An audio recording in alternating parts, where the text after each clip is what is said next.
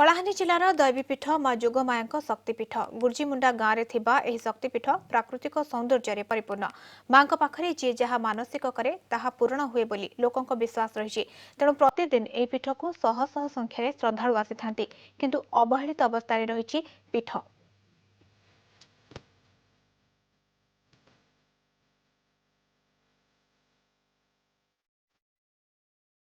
कलाहांडी जिला केसीगाँ ब्लॉक ठारू मात्र 15 किलोमीटर दूर रे गुर्जीमुंडा गाँ एही गाँ रे रही माँ जोगमाया शक्तिपीठ।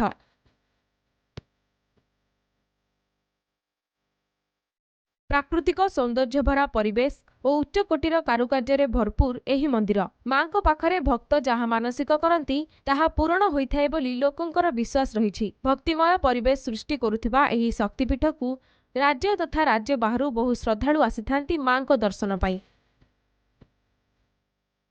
हजार हजार पर्यटक आसुछन हेले रास्ता लगी बोली कर किए आसुचे हेले से जगह पहुंची नहीं पारबा। ओडिशा बाहर भी अनेक भक्त श्रद्धालु आसुछन तांकर निश्चय बहुत गुड़े अनेक से भाया आम पाखे उदाहरण अच्छे विश्वास प्रति।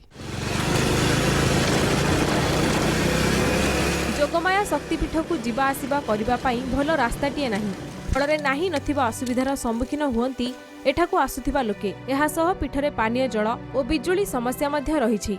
मंदिर परिचालना कमिटी बिजुली जोगाइबारे असमर्थ होइथिबा अभियोग होइछि।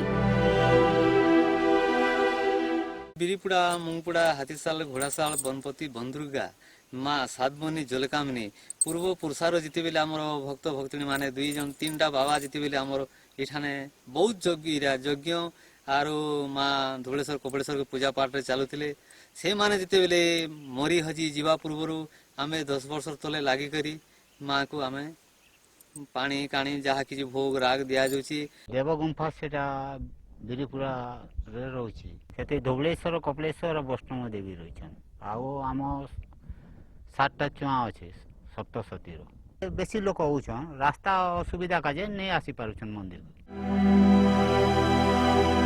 अनेक कीर्तिराजी बहन करुथिबा एही पीठ प्रति सरकार दृष्टि देले प्राकृतिक सौंदर्य भरपूर थिबा ए अंचलर आहुरी मजा उठाई पारन्ते लोके। Kalahandi Praveen Pattnaik report Kalinga TV.